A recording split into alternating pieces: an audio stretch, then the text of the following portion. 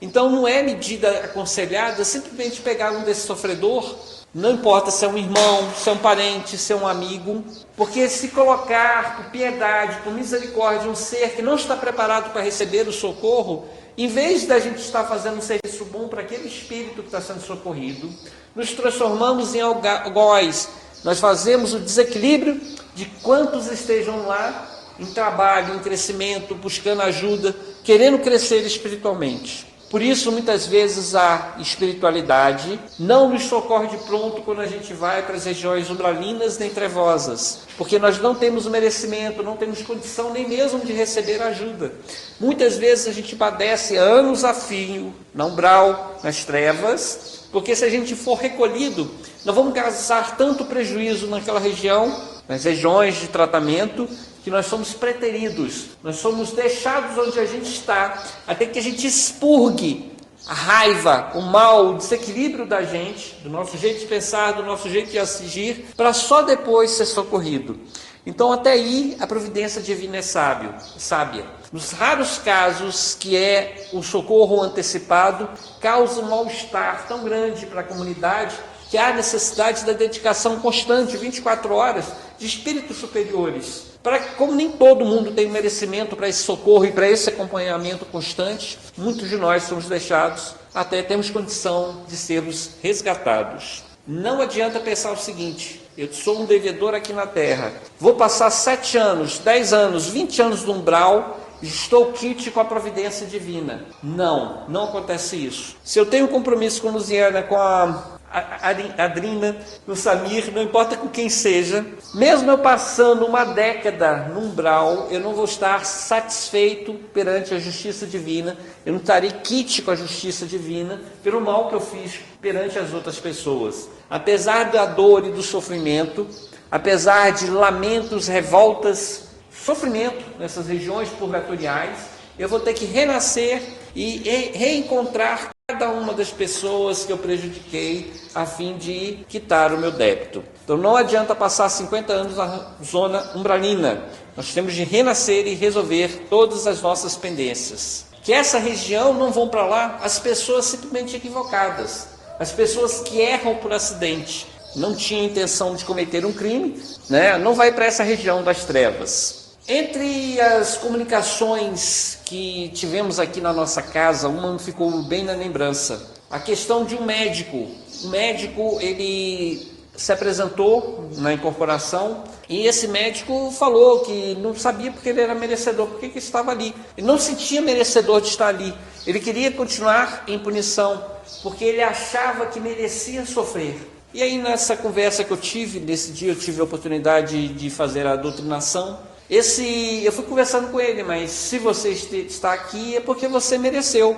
E ele falou, não posso estar aqui, eu não posso receber essa ajuda porque eu sou um assassino. E eu perguntei, mas você matou porque você quis? Você tinha raiva da pessoa? Ele falou, não, muito pior, eu matei por dinheiro.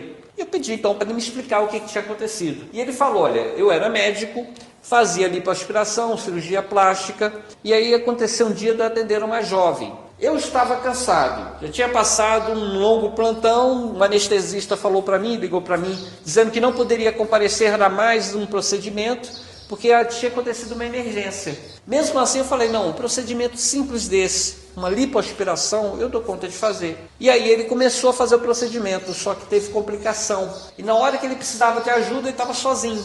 E na situação que ele estava sozinho, a menina veio a falecer.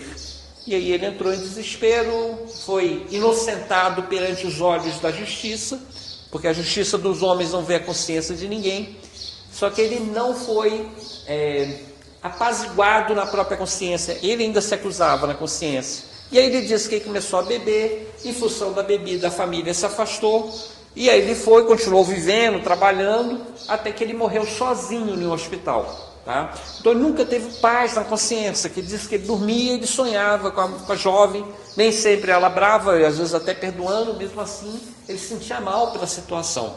Isso aí demonstra então uma coisa interessante, que em vida, de certa forma, ele era o obsessor da moça. Olha só o detalhe interessante que ele não falou, mas agora eu estou analisando. Se a mulher vinha em sonho e perdoava ele, conversava com ele, e mesmo assim ele se sentia culpado, sinal que ele invocava encarnado invocava em pensamento essa jovem e conversava com ela. De qualquer forma, ele não se sentia merecedor de receber a acolhida. Aí eu fui falando com ele, lembra o seguinte, se você está vivo, ela também está. Eu sei que você morreu, mas você está conversando comigo. Se você consegue conversar comigo, é que você está vivo. Já que você está vivo, você pode ajudar essa jovem. E perguntou, mas como? Se eu morri e ela morreu? É fácil. Vocês estão vivos, vão renascer. E o dia que renascer, independente de renascer, se vocês estão vivos, vocês vão se reencontrar uma hora e você vai ajudar. Aí falou, mas eu não me sinto capaz de ajudar ninguém. E aí eu fui explicando para ele, começa a trabalhar pelo seu progresso, pelo seu melhoramento, dedica o seu tempo ao seu aperfeiçoamento, à sua fortificação, que um dia você vai ser capaz de ajudar essa jovem. Foi aí que ele aceitou se perdoar e disse que ia começar a trabalhar, inclusive aqui na casa Maria Nazaré, né? E pediu se tinha alguma terra para plantar, para rastelar, alguma faxina para fazer que ele queria fazer. Então foi uma conversa bem interessante que nós tivemos. Então para as zonas trevosas não vão os espíritos que se equivocam, que erram por acidente, que não são maus na verdade, são apenas pessoas que se deixaram viciar pelo álcool, pelas drogas, que tiveram vidas difíceis, não vão para a região trevosa. Que tipo de espírito vai para a região trevosa?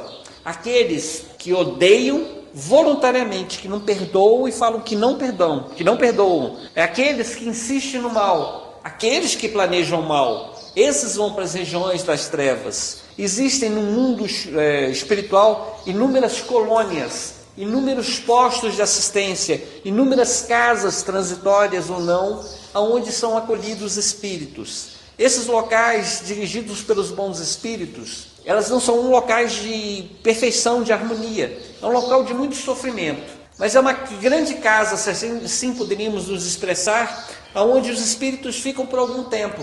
Então imagine um local, um hospital de doenças da pele, onde a gente vê feridas enormes, pedaços de nariz faltando, pedaço de orelha faltando, enfim, inúmeras deformidades. Pode-se ter uma ideia vaga do que era esses internados, esses pacientes. E por que esses pacientes tinham essas marcas? Porque nós no plano espiritual possuímos corpos. Quanto mais denso, mais desequilibrado o espírito, mais denso é esse corpo material, espiritual deles. E esses corpos, alguns deles chegam a ser muito próximos ao corpo da matéria nossa. Isso significa que esse corpo nosso, ele se fere, se machuca. E o corpo, pele espiritual desses espíritos que lá estão, ao entrar nas batalhas, ao entrar nas guerras, ao ser atacado por animais, eles se ferem. E a reconstituição não é instantânea. Por que não? Porque a mente dos pacientes ainda está desequilibrada. Ocorre todo um processo de convencimento, de tratamento, de melhoria espiritual do paciente, paralelo ao tratamento da plástica espiritual. Porque não adianta nada eu convencer um paciente que ele tem um braço, se ele ainda alimenta o desejo de não ter o braço, porque ele foi cruel, ele matou alguém. Então ele mesmo plasma a ausência do braço, não plasma, ele desplasma, ele tira, ele subtrai o braço, porque ele foi um assassino, ele prefere estar sem o braço. É difícil convencê-lo a retornar ao braço, porque a consciência dele, a culpa dele é tão grande que ele provoca essas marcas, esses ferimentos. Então somente aqueles espíritos que começam a se perdoar, eles começam a modificar o corpo perispiritual. Mais uma vez nós encontramos as palavras do Cristo: nem todos que dizem Senhor, Senhor, encontrarão o reino dos céus. Mostrando aqui que muitas vezes a aparência aqui na terra não significa absolutamente nada. Aquele que ostenta uma religião, aquele que ostenta a aparência, mas não vive em essa religião, não vive o que prega, o que ensina, aquela pessoa está fadada, é um mentiroso, está fadada a ir para as regiões trevosas, né? Ou então as regiões umbralinas. De acordo com o nosso procedimento mental, nosso procedimento de coração, o lado sentimental, nós encontramos a morada adequada ao nosso nível de evolução. Então não adianta ter aqui na Terra a aparência de religiosos, colocar a Bíblia debaixo do braço, ir para a igreja todo fim de semana, só que dentro só existe rapina, só existe ódio, só existe raiva, só existe interesse. Volto a dizer, só de acordo com o nosso procedimento nós temos o merecimento ou o castigo. Então cada um pode avaliar por si só para onde é que vai. Se é uma pessoa dentro de si, boa, generosa, amorosa, que perdoa, com certeza vai ser perdoada, vai ser tratada com bondade, com respeito, com igualdade. Agora, se dentro dela é uma pessoa preconceituosa, não mostro para ninguém meu preconceito, mas se eu sou preconceituoso por dentro, se eu tenho raiva por dentro, não perdoo, se eu procuro ocasiões para me dar bem e fazer com que o outro se dê mal, isso reflete o que eu sou realmente. E ao desencarnar eu vou encontrar a morada de acordo com o meu procedimento mental. Se eu sofro, se eu sou desequilibrado, a responsabilidade é minha. Existe uma individualização. Todas as conquistas são conquistas pessoais e todas as derrotas, todos os desequilíbrios, toda a maldade que fazemos também é pessoal. Ninguém colhe o merecimento da outra pessoa e ninguém colhe o castigo porque é parente ou amigo de outra pessoa. Não adianta. Então nós todos somos responsáveis apenas pelas nossas atitudes, pelos nossos compromissos.